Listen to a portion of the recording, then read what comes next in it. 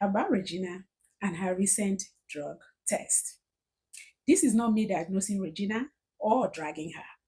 This is me simply using a trending gist to educate people about drugs, the way the testing goes, and a few other things that might be important to know. And it's not me talking about what I don't know. Before I went back for my doctorate degree, I had my bachelor's degree in medical lab science. I ran these tests. I did a lot of testing, so I know what I'm talking about. Now, back to the issue at hand. A negative test, like she showed us, does not necessarily say, I don't do drugs. Neither does it say, I am not addicted. What does it say? It simply says that this particular test did not detect certain drugs above the cutoff in a certain window. What does that mean?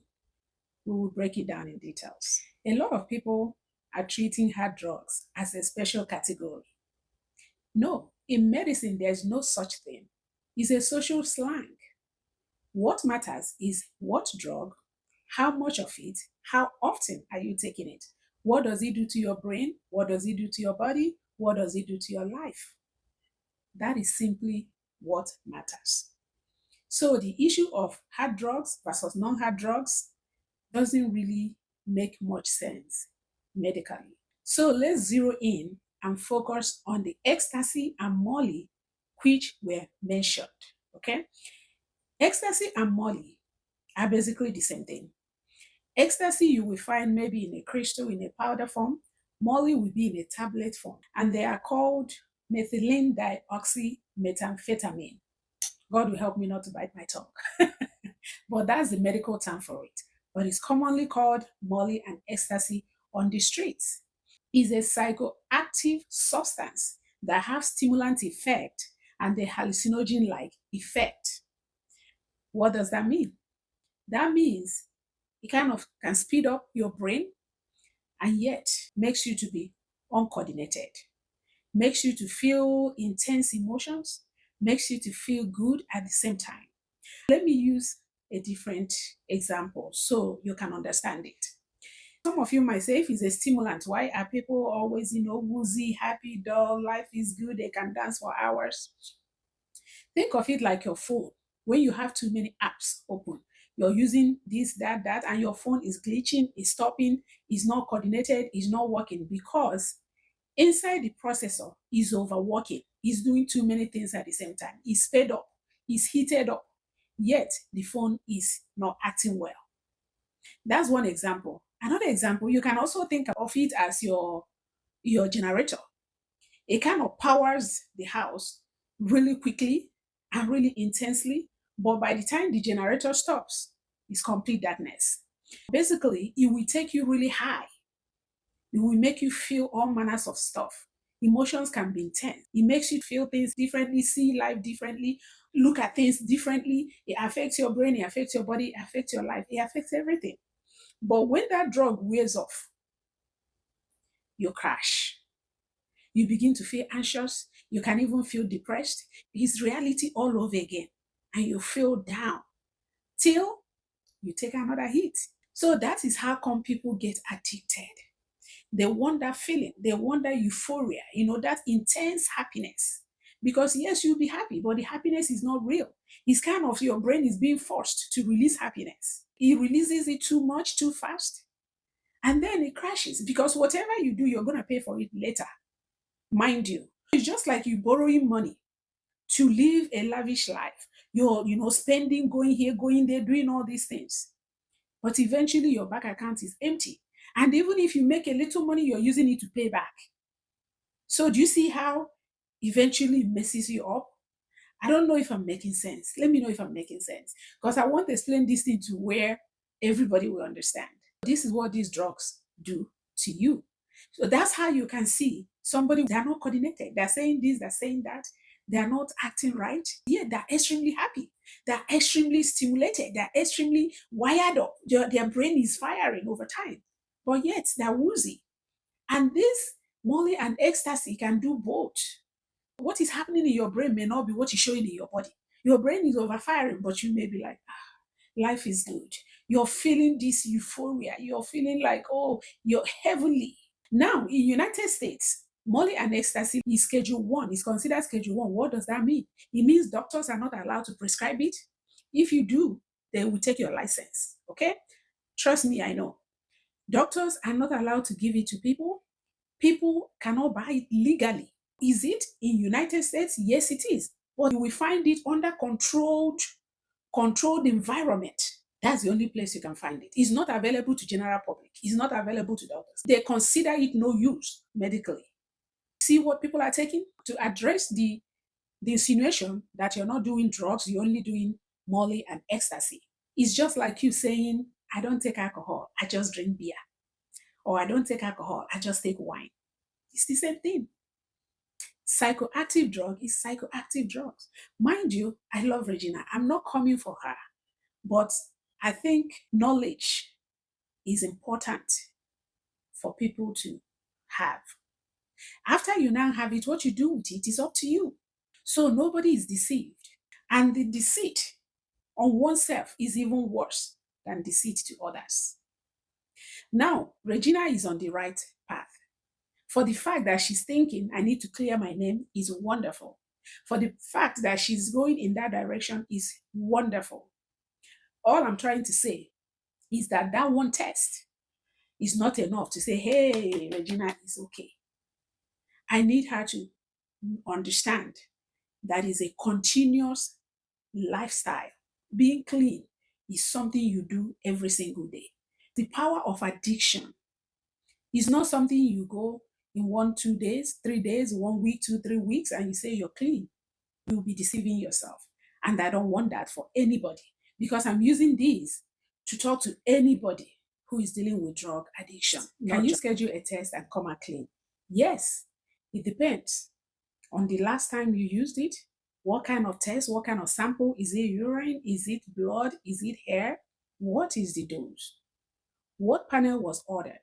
Because in America, there's something called panels. Like when you test for something, for example, when you take for chemistry, you may not test for everything in the body that needs to be. It's a panel. Maybe they test chlorine, urea, it will be in one panel. In that panel, you may not find something else.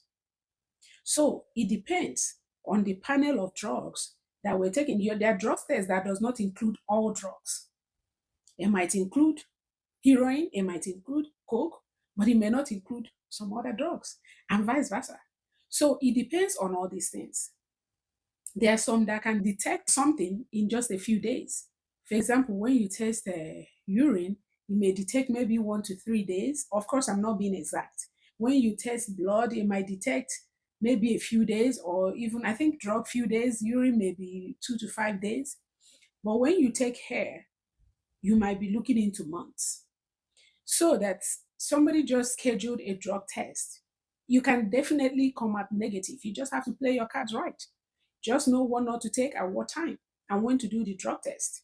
Now, let me tell you another thing. In the United States, when they want to test you for drugs, let's say they suspect you're using drugs, they can do that to employees. They can do that. They can just tell you, go here and go take a test, and they're looking for drugs. They can also do that before employment. They don't give you time. They don't let you schedule the time. They can tell you, I've actually had this happen to someone at my place of work. They were ordered to go straight and go take that test. And if they don't go straight, that moment, they get fired. And that's exactly what happened. Because when you schedule it, you can manipulate the result to come out how you want it to come out. So that is it. It depends on what is taken, when it's taken, how much is taken, the panel of tests, and everything else. What am I saying? I'm saying that a urine test, for example, can be negative. It does not mean that you didn't use these drugs. You just didn't use it recent enough. There's other factors involved. There's something called false positives. There's something called false negatives. We won't get too much into that, but just know that the best practice is a screening test, then a confirmatory test if it's consequential, and definitely not the one that is scheduled like that. Now, let's talk about addiction versus non addiction. That somebody used drugs or uses drugs doesn't mean they're addicted. There are people who do it occasionally, just the same way somebody can smoke maybe a cigarette when they're hanging out with their friends, but they don't go buying cigarette to smoke. So it could be something that is done occasionally. That's why I'm saying in this video, I started with saying I'm not diagnosing her, I'm not saying she's addicted or she's not. I'm just giving you the facts. So somebody using it occasionally doesn't mean they're addicted. Okay? Addiction comes when they can't stop, they have to use it, they start feeling bad when they don't use it, they have strong cravings, it begins to affect their life, it begins to affect their driving, it begins to affect their behavior, it begins to affect the way they think. So many things come together to cause addiction. And that simply means they just can't stop. They're going to need help to stop. They're going to need medical help as well to stop. And it's going to be a lifetime battle.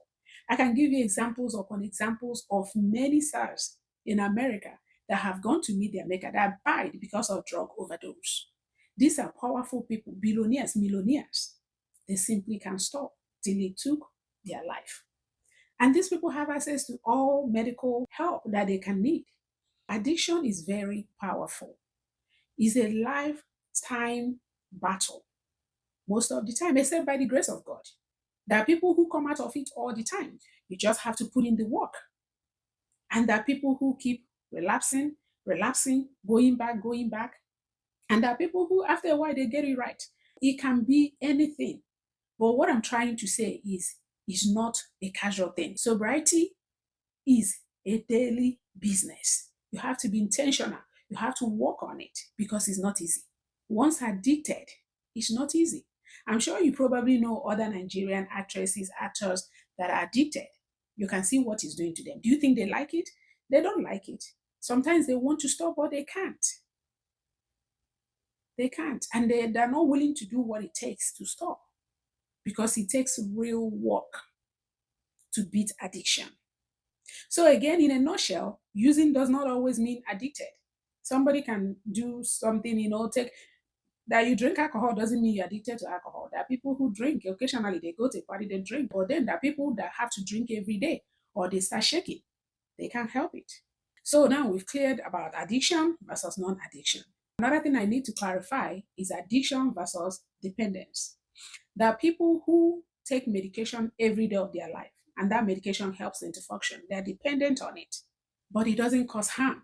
That's the difference between addiction and dependence. It usually won't cause harm, it actually helps them. But when you talk about addiction, you're looking at negative things. It causes harm to you and to people around you. Actually, this video is getting too long, so I might have to cut it. I have other things to discuss, but maybe in another video. And if you want me to clarify any particular area or go in depth or talk about any particular area, leave it in the comment section and I might make another video. But I just noticed the time and I have to end this video because I don't want it to be too long. But at least we got the takeaway. Don't shame people. Even Regina don't shame her. It's not about shaming people. It's about creating awareness and lending a hand when you can, if you can, especially for people who have taken accountability and want to do better. As long as you're still in denial, it's going to be a little hard to get clean. Mind you, there's a difference between being clean and not using drugs. But anyway, that may be for another video. So thank you for watching. I hope I have been able to clarify a few things. I know there's a lot of confusion going on the social media space. Some people are saying this, some people are saying that. So I hope this video clears it up for people and I hope somebody learns something from this. So once again, it's not to shame Regina. Regina, you're doing well, you're in the right path, and just focus and follow it through and not just dependent on one test result, but on a continuous effort to do better. So once again, don't forget to like, share, subscribe, follow if you haven't already, and more importantly, share this video because people need to know, people need to understand, people need to be educated, awareness needs to be raised. Okay? And until next time, may God bless you. Bye.